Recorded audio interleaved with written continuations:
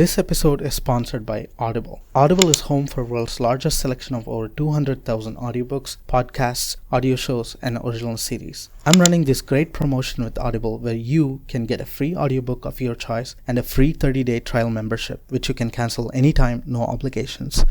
You can get your free audiobook and membership by going to this page, audibletrial.com/Northern Diaries. Link is also in the description below. China has identified the cause of the mysterious pneumonia outbreak in Wuhan City, and it's from the same family that caused the deadly SARS epidemic. There has never been a better time to talk about social media. We are in the cusp of a major change in our normality paradigm. As social distancing measures are encouraged, our reliance on the internet has become greater than ever. From watching magical cat videos, keeping in touch with families and friends, easy online sign-ups, promoting our businesses to consuming news, social media has already become an invincible member in our changing society. So much so that it has the power to change governments, to alter our perspectives and the way we think, act, and feel. A 2020 study published in partnership with Hootsuite showed that more than 4.5 billion people now use the internet, while social media users have passed the 3.8 billion mark. The latest trends suggest that more than half of the world's total population will use social media before this year wraps up. What once used to be a vast, mysterious, and complex planet now seems small, accessible, and transparent for the most part. Someone from a remote northern town in Alaska can get live updates about the protests in Hong Kong. Just think about the magnitude of change this level of connectivity could bring. Like most things in the world, this has both positive and negative implications. One of the biggest positives is that this kind of connectivity breeds empathy towards others, regardless of where they're from. We can even see how a group of nomads from Mongolia live. We relate to them by watching them and learning about them. We realize that they're actually not very different from you and me. But what about the negatives? There are plenty, of course. The one I want to call your attention on is the constant bludgeoning of news. The sudden surge in the pandemic, deaths and hospitalizations. Sharing news in social media has become a phenomenon of increasing social, political, and economic importance. Any one of us can produce content, report incidents, and create click-worthy news stories. Take YouTube, for instance.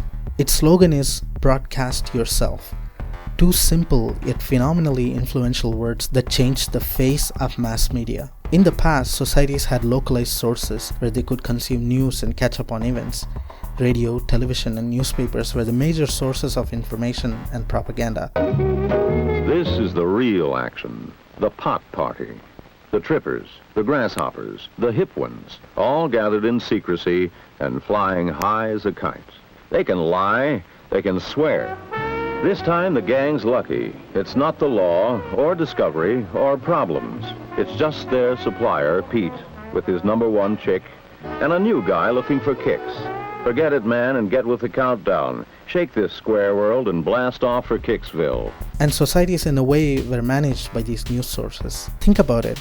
Most of your thoughts and perspectives about your society and about the state of the world are usually shaped by the news and mass media. You only react to the information you've read, heard, or watched. Your perspective of your society is almost never the product of your first-hand experience. Controlling and directing the masses using propaganda and news is an age-old tactic. From fascist rulers of the past to the present ruling governments and corporations, we've always been told what to think and how to react. It's actually a source of great power. Now, because of the rise of social media, we see this power being morphed into something else.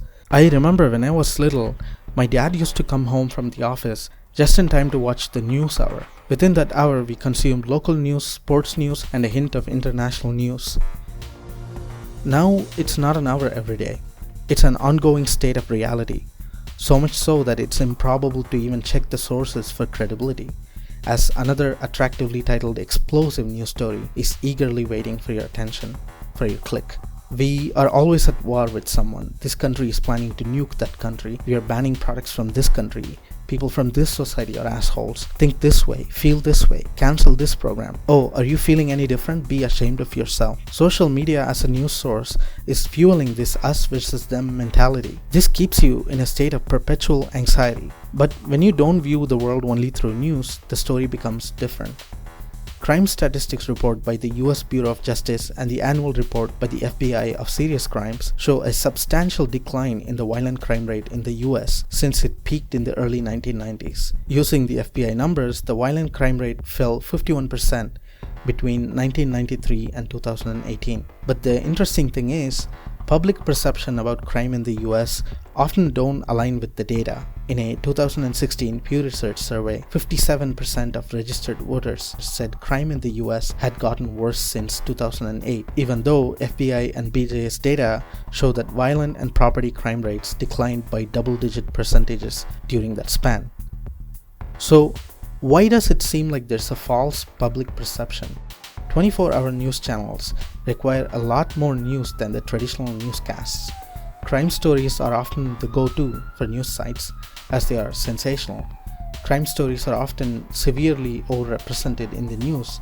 This is not even unique to the US. Research suggests that over 50% of crime stories in a sample of Canadian news sites dealt with offenses involving violence. But offenses involving violence represent less than 6% of reported offenses. This is likely a significant factor in the public belief that crime is on the rise, while the opposite is the reality.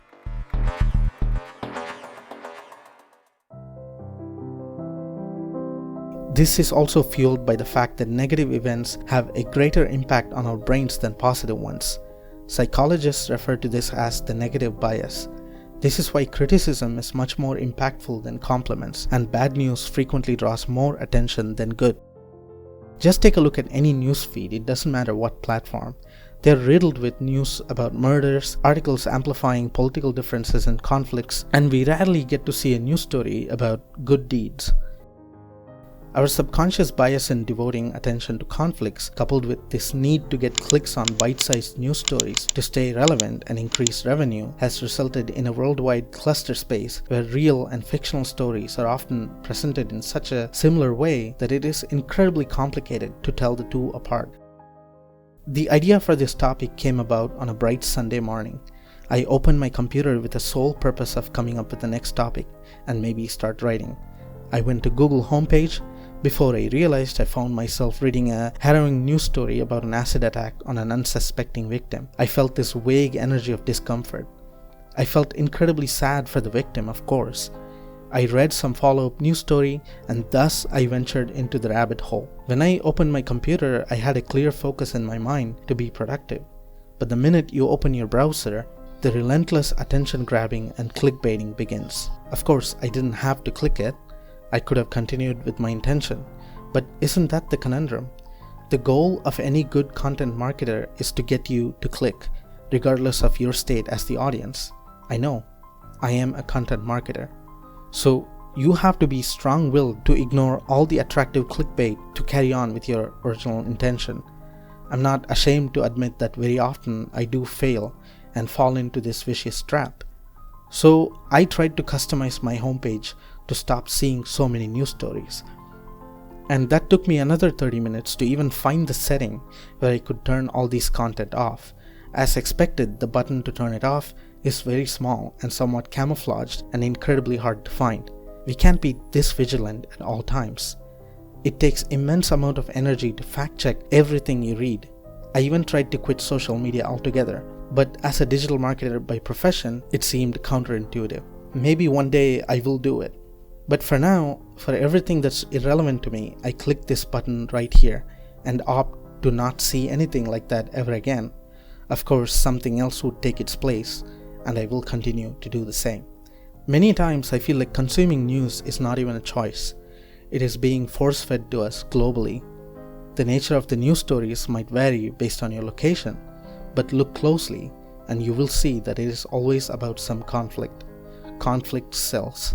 Conflict often gets a visceral reaction. Conflict makes you click, and before you know it, you are hooked. I just finished reading an amazing trilogy called The Three-Body Problem. It is the best science fiction I've ever read. I'm not exaggerating. If I have to describe this book in a couple of words, I'd go for existential transcendence. And I never use those words lightly. I can't even begin to explain this book to you, but I guarantee that your jaw will be on the floor by the time you finish reading this book. I can't wait to start reading again from the beginning just to relive the world one more time. If you are a fan of existential, otherworldly, philosophical topics that I deal with in this channel, you will absolutely love this book. I'm not going to spoil anything for you. You can download the first audiobook for free at audible.com if you use this code audibletrial.com/northerndiaries. If you want to watch more videos from my channel, here's a link to one of my videos about Fermi paradox, which asks why we haven't come in contact with any extraterrestrial civilization yet. As always, if you like what you saw, share and subscribe to my channel. And don't forget to press the bell icon so that you get notified anytime I post a new video. I also have a Patreon page where you can support this channel by donating anywhere from just $1. I sincerely thank all of my awesome Patreon supporters. Thank you so much and see you in the next video.